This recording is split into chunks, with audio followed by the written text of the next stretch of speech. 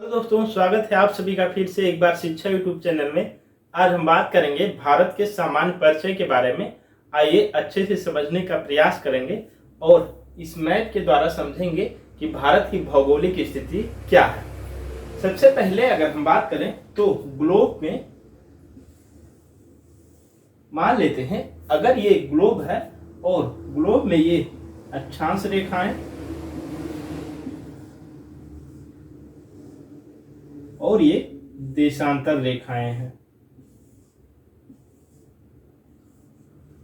और ग्लोब के बीचों बीच से जो है वो एक रेखा गुजरती है जिसे हम भूमध्य रेखा कहते हैं।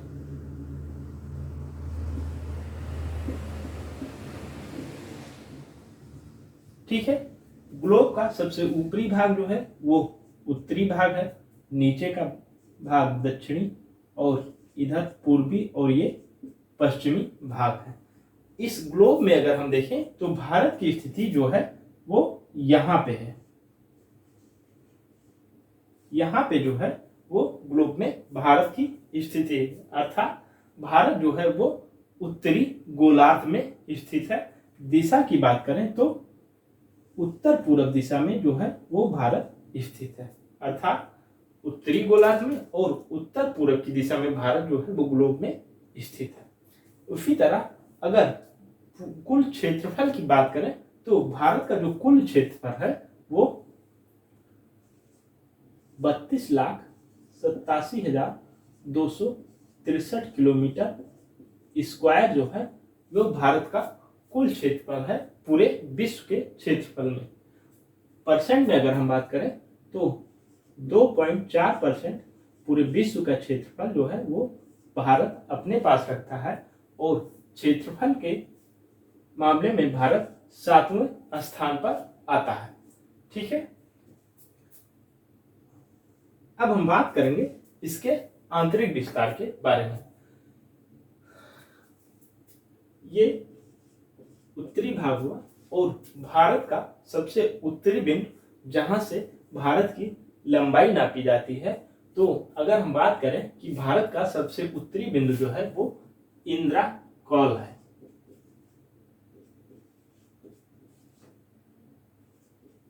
भारत का सबसे उत्तरी बिंदु इंदिरा कॉल है जो जम्मू कश्मीर में स्थित है। ठीक है, भारत का सबसे उत्तरी बिंदु इंदिरा कॉल और जम्मू कश्मीर में स्थित है और इसका दक्षिणी बिंदु उसी तरह से देखें तो कैप कमोरिन है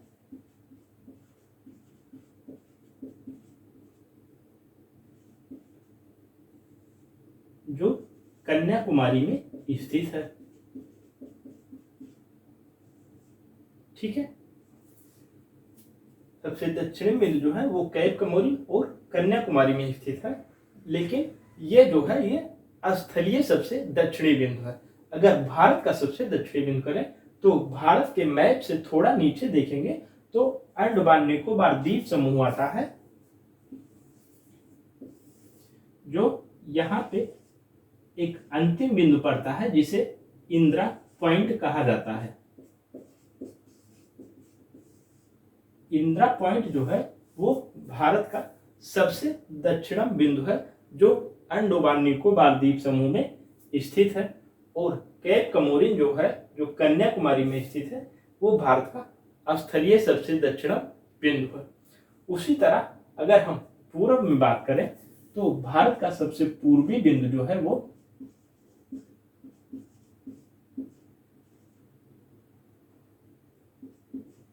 किबिथु है और अरुणाचल प्रदेश में पड़ता है। ठीक है, भारत का सबसे पूर्वी बिंदु किबिथु और अरुणाचल प्रदेश में पड़ता है। उसी तरह भारत का सबसे पश्चिमी बिंदु की बात करें तो गौरमोता जो गुजरात में पड़ता है। ठीक है, भारत का सबसे पश्चिमी बिंदु गौरमोता जो गुजरात में पड़ता है। अब इसका हम अक्षांशीय विस्तार के बारे में बात करें तो भारत का उत्तरी अक्षांश जो है वो 37 डिग्री 6 मिनट है उसी तरह दक्षिणी अक्षांश के बारे में बात करें तो भारत का जो है दक्षिणी अक्षांश जो है वो 8 डिग्री 4 मिनट है। उसी तरह पूर्वी देशांतर की बात करें तो 97 डिग्री 25 मिनट जो है वो पूर्वी देशांतर है, और पश्चिमी देशांतर की बात करें तो 68 डिग्री 4 मिनट जो है वो पूर्व पश्चिमी देशांतर है। ठीक है, समझ गए। इसके सबसे अंतिम बिंदु में, उत्तर में सबसे अंतिम बिंदु जो है वो इंदिरा कौल है, जम्मू कश्मीर में स्थित है। पूरब में भारत का सबसे पूर्वी बिंदु जो है वो किलिथु है और अरुणाचल प्रदेश में स्थित है। उसी तरह भारत का सबसे पश्चिमी बिंदु जो है वो गौरमोता है और गुजरात में स्थित है। और ऐसा भी कह सकते हैं कि गुजरात में जो है ये कच्छ के रन में पड़ता है। उसी तरह दक्षिण में देखें तो कैप कमोरी जो कन्याकुमारी में है, और ये भारत का स्थलीय सबसे अंतिम बिंदु है, दक्षिणी बिंदु। उसी तरह भारत का सबसे दक्षिणी बिंदु इंदिरा पॉइंट जो अंडमान निकोबार द्वीप समूह में पड़ता है। अब हम बात करेंगे इसकी लंबाई और चौड़ाई के बारे में। तो भारत की जो है वो उत्तर से दक्षिण की जो लंबाई है वो है 3214 किलोमीटर। उसी तरह पूरब से पश्चिम की लंबाई की अगर हम बात करें तो 2933 किलोमीटर जो है वो पूरब से पश्चिम की भारत की लंबाई है, और उत्तर से दक्षिण की 3214 किलोमीटर है। अब हम बात करेंगे कि भारत जो है वो किन किन देशों के साथ कितनी कितनी सीमा साझा करता है। आइए शुरुआत करते हैं। सबसे पहले बात करें तो पाकिस्तान के बारे में।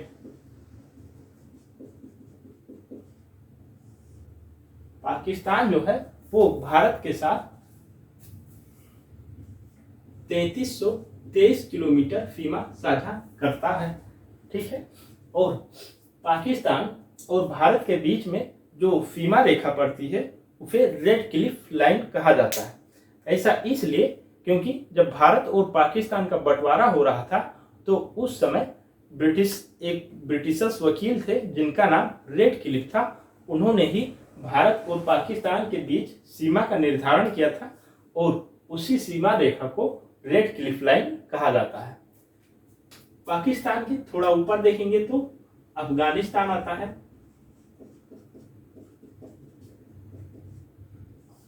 अफगानिस्तान जो है भारत के साथ मात्र 106 किलोमीटर सीमा साझा करता है, जिसके चलते ये भारत के साथ सबसे कम सीमा साझा करने वाला देश बन जाता है। ठीक उसी तरह उत्तर पूरब में अगर हम देखें तो यहाँ पे चीन है जो भारत के साथ 3488 किलोमीटर सीमा साझा करता है। एक पॉइंट और कि अफगानिस्तान और भारत के बीच में जो सीमा रेखा है उसे डूरंड रेखा कहते हैं। ठीक है, अब चीन के ठीक नीचे हम देखेंगे इधर तो इधर नेपाल पड़ता है, और नेपाल जो है वो भारत के साथ 1751 किलोमीटर सीमा साझा करता है। ठीक उसके बगल में देखें तो यहाँ पे भूटान आता है जो भारत के साथ मात्र 699 किलोमीटर सीमा साझा करता है। और फिर पूरब में देखेंगे तो यहाँ पे म्यांमार आता है जो भारत के साथ 1643 किलोमीटर की सीमा साझा करता है। और यहाँ पे आप लोग जानते हैं कि ये बांग्लादेश है, और बांग्लादेश जो है वो भारत के साथ 4096 किलोमीटर सीमा साझा करता है। ठीक है, इसी तरह भारत के साथ सीमा साझा करने वाले कुल देशों की जो संख्या हो जाती है वो 1 2 3 4 5 6 और 7, अर्थात भारत के साथ कुल जितना स्थलीय सीमा बनाने वाले देश हैं वो हैं 7, और 2 देश जो हैं वो भारत के साथ जलीय सीमा बनाते हैं।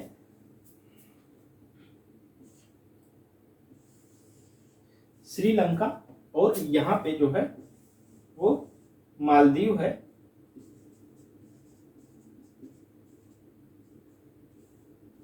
जो भारत के साथ जलीय सीमा साझा करता है। अर्थात भारत से कुल सीमा साझा करने वालों देशों की संख्या जो है वो टोटल 9 है। 7 स्थलीय सीमा साझा करते हैं, अर्थात जो जमीनों से जुड़े हुए हैं, और 2 जो हैं वो जलीय सीमा साझा करते हैं। ठीक है, अब हम देखें भारत की जो कुल स्थलीय सीमा है, तो अगर हम इन सब की सीमाओं को जोड़ देंगे तो भारत की जो है वो कुल स्थलीय सीमा निकल आएगी। तो इस तरह इसको जोड़ने पे भारत की कुल स्थलीय सीमा जो है वो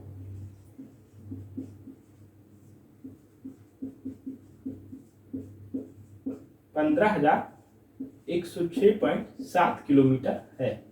ये भारत की कुल स्थलीय सीमा है। स्थलीय सीमा की बात करें तो यहाँ से लेके और यहाँ तक जो ये पूरा एरिया आता है ये स्थल के रूप में आता है, और इसकी लंबाई जो है वो 15,106.7 किलोमीटर है।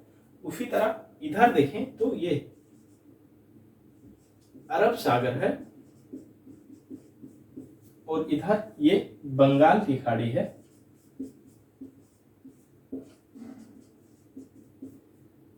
और इधर जो है क्योंकि समुद्र का एरिया है इसलिए इधर तटीय रेखा बनती है, और इस तटीय रेखा की लंबाई अगर हम बात करें तो लगभग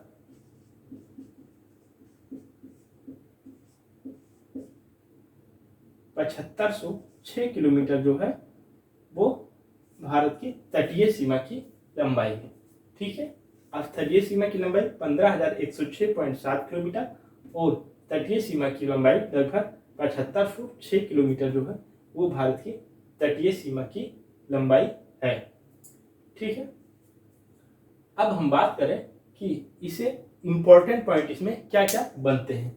तो सबसे पहले भारत जो है वो उत्तरी गोलार्ध में स्थित है और उत्तर पूर्व की दिशा में है। ठीक है, एक पॉइंट। दूसरा, भारत के साथ कुल कितने देश सीमा साझा करते हैं, तो 9 देश, 7 स्थल के रूप में और 2 जलीय सीमा साझा करते हैं। भारत का कुल भौगोलिक क्षेत्रफल कितना है, तो 32,87,263 किलोमीटर। परसेंट में देखें तो पूरे विश्व का 2.4% जो है वो भारत हिस्सा रखता है, और उसी के साथ क्षेत्रफल की दृष्टि से वो 7वें स्थान पे आता है। भारत का उत्तर से दक्षिण की कुल लंबाई जो है वो 3214 किलोमीटर, और पूरब से पश्चिम की जो लंबाई है वो 2933 किलोमीटर। याद करने का आसान तरीका ये है क्योंकि उत्तर से दक्षिण की लंबाई अधिक है, इसलिए इसका जो रेशियो होगा वो 3214 होगा। उसी तरह पूरब से पश्चिम की लंबाई उससे थोड़ा कम है, जिसका किलोमीटर होगा 2933 किलोमीटर। अगर इसकी बात करें तो ये थोड़ा याद करना पड़ेगा आपको, अक्षांशीय और देशांतरीय। उत्तर में 37 डिग्री 6 मिनट और दक्षिण में 8 डिग्री 4 मिनट, पूरब में 97 डिग्री 25 मिनट और पश्चिम में जो है वो 68 डिग्री 5 मिनट है। ठीक है, आशा करते हैं ये वीडियो आपको समझ में आ गई होंगी। आप इसके इम्पोर्टेंट पॉइंट जो है वो आसानी से याद भी कर सकते हैं। मिलते हैं अगले वीडियो में, तब तक के लिए धन्यवाद।